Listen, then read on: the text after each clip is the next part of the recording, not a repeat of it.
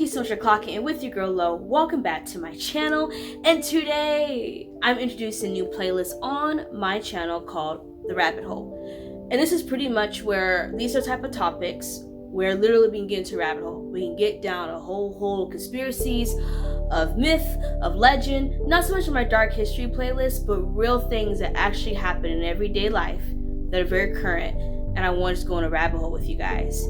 So the first rabbit hole I want to introduce to this playlist on my channel is sleep and how to get better sleep. Let's just get right into the video. If you do enjoy the video today, please subscribe, like, comment, and share. And if you want to keep updated with the updates and uploads on this channel, please hit the bell below. Thank you. And I really do hope that you are enjoying me coming back to myself. The consistency on this channel as it is growing. I'm just now getting rid of the vid, so I'm feeling much more better. So I really hope that I don't look like a Hobbit character coming out of a cave anymore. What is it, Precious? What is it? Because dang. So let's just get right into the video. I want to give you some tips on how to improve your sleep. And no, I'm not a doctor, a therapist, a counselor, any expert in the field of sleep. And I am young, I'm in my 20s, but sleeping has been a very big issue for me. And I'll get more into that as the video goes on. So let's just get right into these tips. Tip 1 is very common sense. To make sure that you are getting a good amount of sleep, which means we cannot be pulling an all-nighter every single night. We cannot be going to post-club time, 2 a.m., 3 a.m., 4 a.m. every single night, and we have a job where you gotta be up by 8, be at work at 9, or just early, whatever. Because as the week progresses, your energy level is gonna go down and down and down. And in a weird way, I feel like during the daytime, when I want to sleep, my body's very restless, and then I'll stay up all night, so my body's just never getting the rest it actually needs. So of course, just making sure you really are getting the sleep you need. Have self-control, and that means turn off the TV by 9 o'clock and you're heading towards bed around 9:30. Just, create that discipline over time to get to sleep at a decent time. Tip number 2 is partaking anything into your mouth that helps you sleep. So what I mean by that is sleep gummies, ZQuil, as long as it's being handled in a very healthy way. Whatever your doctor says, if you need type of cosign from a doctor, make sure you're getting that first. But sometimes my body's so restless that no matter what I do, if I'm taking the tips to get my body to sleep, if I have ambience in the background, but I'm still very restless, usually what really helps is a sleep gummy or ZQuil, and I'm knocked out, and I'm good. So tip number 3, which this is kind of when we kind of start getting to the rabbit hole of this video. And please let me know if you agree on this or not. I have found that I remove all social media with at least an hour at the least until I get to bed. And even though I'm a YouTuber and YouTube is literally my TV, I have found when I begin, and this is how social media is designed. It is designed to be it feeds your addiction, but it's your kryptonite. And I have found myself, if I look on Instagram, if I'm on Facebook, if I'm on YouTube, and I'm seeing 10,000 debates on this subject, and I'm seeing someone looks really pretty, or someone who's advancing in life, and I still feel stuck.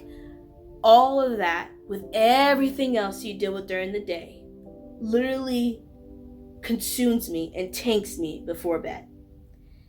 And I feel like in a weird way, it's like my mind and everything, your soul, whatever you want to say, it's like it gets isolated in like this tornado of social media, which is the worst place it can be. And I cannot tell you how many times I sit at my ceiling thinking about what the post I just saw, a comment that I saw that annoyed me, a video that I just came across, a thumbnail that irritated me, or a recommended video that YouTube had no business recommending me because it's not my type of cup of tea, and they just want to throw problematic things in your face. And it's like you go to bed with problematic issues. You're thinking about those issues throughout your day. They interrupt your sleep. Then sometimes they can pop into your dreams. They keep you. It's like you can go to sleep, and then sometimes I've gone to sleep had woke up, used the restroom, and my mind starts racing about what I just saw on social media before bed. It's all a part of that addiction. They want you thinking about it even when you're sleeping. It never turns off. It's that internet's that one thing that is 24/7 all year round. It never sleeps. So I don't know how you guys feel about that. So I've been learning to kind of cut it off. Try to cut off at the least, for me, 2 hours before I get to bed. Besides my editing nights, but I've really been trying to do those in the daytime, but definitely cutting it off.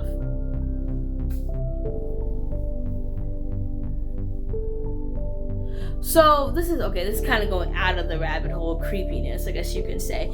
But tip number 4 that I have found to be very useful is literally timing my day. And I'm a scheduler, so I time things by the hour. Yes, I do. Yes. But I'm learning when I actually put a timestamp about when I want to go to bed, I feel like I'm respecting my body. Like, hey, you're going to get to sleep around this time, so you do all you can today to make sure this time is being respected and that you get the rest you deserve and you need. So that's been amazing for me. And as I'm going through my day, everything I'm getting done, I'm just crossing it out, highlighting it. So by the time it's time to go to bed, I know I took care of everything I need to take care of. Everything, whatever is the drama of tomorrow, I'll keep the drama of tomorrow. And I'm in my window to go to bed. So I'm gonna respect myself because I sit here and did this freaking list hour by hour, and I'm getting to bed. And that's been helping me. And that's just a little tip for you. Tip number 5, and I have one more tip after this, as long as I don't go into a rant or rabbit hole of myself on this video. I know people watching my channel are not all Christians. I know that. Who do not believe in Jesus, they don't believe in God. Even when they hear those terms, it makes their ears burn. And I appreciate you still subscribing to this channel, still watching, still liking it, and know everything that I'm going to say moving forward in this video is coming from love and a heart of not being spiteful or trying to prove anyone wrong. That's not what I'm here for. What kind of Christian would that be? So let me not go into that, okay? But tip number 5, I have found praying and keeping my Bible open and having an audible Bible in the background has completely created peace in this room where I feel very refreshed waking up. So that, because this is kind of, no, it's fine, because, I felt kind of weird sharing this on this video, but I was praying. I was like, no, I'm going to share my testimony. I'm going to share my experience because someone out there, it might help somebody. But for a long time, for reasons I'm going to explain next, I have very terrifying nightmares, like almost night terrors. And I have a husband who's great, he's amazingly supportive with it. But what has helped me the most, I truly believe, is praying and have my Bible open as I'm going to sleep. I don't want to creep anyone out too much to not want to watch my videos again, but my dreams have been terrifying. And I truly do believe in other cultures that dreaming is a dimension that you're taken into. I truly believe that. I believe dreams and nightmares have meanings. I'm one of those. Crazy, super religious, whatever you want to call me, I'm one of those. So having a Bible and praying has definitely given me peace in my sleep. Not every night. Some nights it's really bad. Those are usually the nights where I don't have it, usually. But it has definitely improved over the past 2 years, definitely. So I see that as a benefit, truly. I really am comfortable. I feel like you guys are in the room talking with me about this. So I hope this is how this feels. So please engage in the comments, talking about the Bible and praying. That leads me to my tip number 6. Deal with my night terrors. I also really suffer from sleep paralysis. I believe I pronounced that right. This is what the site that I came across said. It's when you cannot move or speak, when you're waking or falling asleep. This site had a nerve to say that a lot of people, majority of people, deal with this situation 1 or 2 times a year, and it's like kind of like calm down. Like it's not that bad. On average, people deal with 1 or twice a year. I am not one of those people at all. On average, 1 to 3 times a month, and that has gone down. Because it used to be, 4 times out of a week I was having some type of episode. Even if I did a little cat nap, I was having some type of really bad episode. What I mean, like, I literally cannot move. Like, even oxygen I felt was cutting off. Like, I could not breathe. And I believe that this video is protected. So I'm not gonna, I'm not gonna believe that anyone's gonna be sending bad vibes this way, because this room is protected. But so I struggle with it. And in some cultures, this is not just like an American thing. This is all over the world. And this is where the rabbit hole this is kind of where the rabbit hole is coming. I want to know your guys' true opinion on sleep paralysis, and you believe it's true. What are your beliefs on what it is and what it's not? Because the power of sleep is very real. And what happens in your sleep personally is very real. And let me just back up some historical situations that have happened, some scientific research that has happened, and just some cultural theories that some people have about what sleep paralysis is. So before I get into that, when I have these episodes, it's not just blackness that I'm seeing. Sometimes it's just complete darkness, like as if you're not even having a dream. But other times, I see very creepy things. I'm not gonna hold back on this. Very vivid, where I feel like all my senses are enlightened when I'm done with these episodes. So by definition, so we know that these things aren't real. It's not a conspiracy. Like, these things actually happen to people. Just some websites have a definition for it, and some of them believe that it's just not real. Others really do believe it's real, which are the ones I usually agree with. But I'm open to hearing different opinions, so please leave your comments below if you have any. Okay, and a lot of people on this channel, if you've been here for a bit, I know my family, some of my family members, they think it's just me needing to slow down with my words, but I do have a tad bit of delivery issue with my speech. I am taking occasionally online courses. I'm always reviewing how words are pronounced, like throughout the week. Even simple words like father, and further, I'm always returning in my head with those pronunciation of those words. So forgive me if this word comes out choppy. But so when you are having sleep paralysis, and when you are having images that people can say devilish, demonic, the definition for that is seeing something demon-like. Is hypnagogic, or hypnagogic hallucinations. So that really spoke to me, because I guess I finally kind of had a term for what I was seeing. But let me break down some historical things to you and some cultural things on sleep paralysis. So a Dutch physician in 1664 had a study of a case of a woman. He quoted, "The devil laid upon her and held her down." In China, episodes are considered ghost oppressions. And in Mexico, people have explained it as if a dead person is crawling on them. And I want to know what you guys think. I know that we live in a world where there's a spiritual aspect we have to everything, and you're starting to see a lot of normalization of devilish things on TV and programs. But at the same time, I feel that there's also almost a form of denial, trying to mesh things together, where the lines begin to get blurry and we cannot call things for what they are, because it's kind of like everything is kind of one. And I'm all for unity with certain things, but I also think that defining things as what they are is also very important. And I'm not one for division, no, but I think creating lines where, okay, this is what this is very important. And I want to know what you guys think. Do you guys think it is good that there are people who are like, no, like, you might say that, oh, this is creepy and this isn't real, and we're spiritual in the universe, let's just forget about anything that's bad, let's not focus on no bad vibes, because I know that's what a lot of people think, and they'll kind of shoo away when things that people are dealing with are bad, very real, very creepy, very out of this dimension of thinking.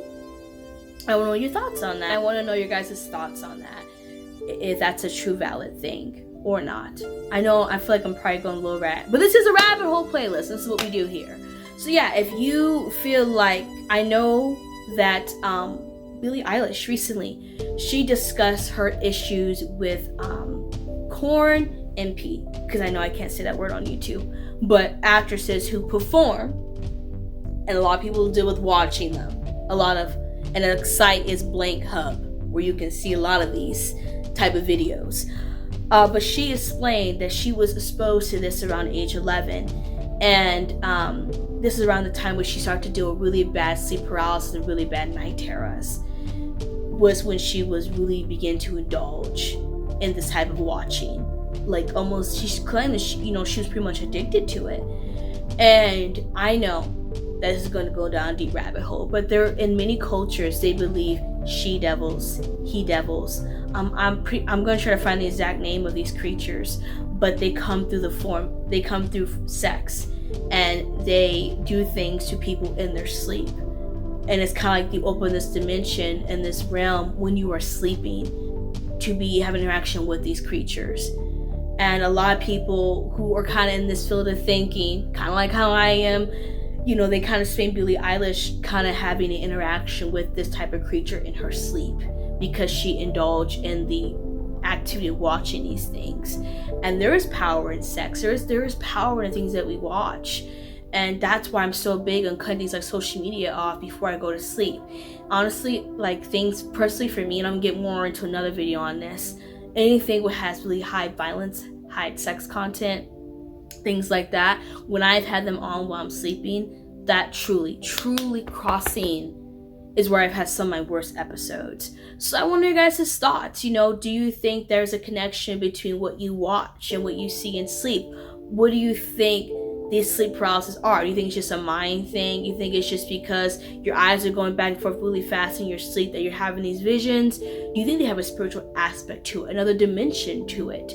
Do you think there's any way to help people get rid of them? What have you learned, or do you think there's any way to help it? For me, it's been the Bible opening and the praying before bed, even though I still do have them now and then, but they definitely decreased. So I hope this was not too much of a rabbit hole. You guys were able to stay on track with me, and it was not too much of a Kanye West rant, and I have you from point A to point Z, and it made no sense. So please leave your comments below. This gave me a lot of bravery to make this video. If you agree with me or not, I would love to know why. Please keep it respectful. Please personally message me on Instagram, Talk with Lo. I would love to hear your engagement. And I hope you guys enjoy this playlist. I'm planning to have more like talkovers on these type of conversations, but I really want the first one to be very personal. My sister watched my video and she said she liked when I stands up, but she kind of forced me to sit down. So I was like, I'll take feedback. And this is kind of personal. We're talking about sleep. We're talking about things in people's sleep. So I just want to be more personal. So here I am. And I hope you guys enjoy this rabbit hole. It's time to hop right out of it. And thank you so much for clocking in with your girl Lo. And I'll see you guys next time. Bye.